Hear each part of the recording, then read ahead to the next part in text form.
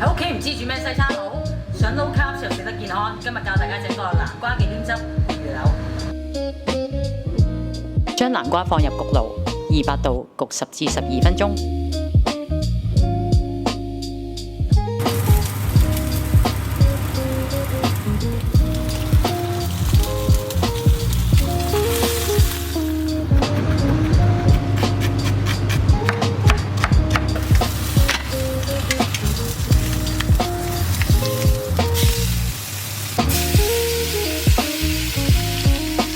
將切碎咗嘅乾葱蒜炒香，再加入番茄，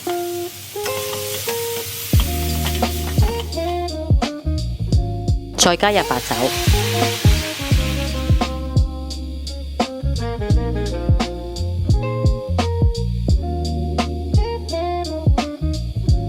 可以將南瓜同埋加熱嘅忌廉喺 blender 度直接打溶。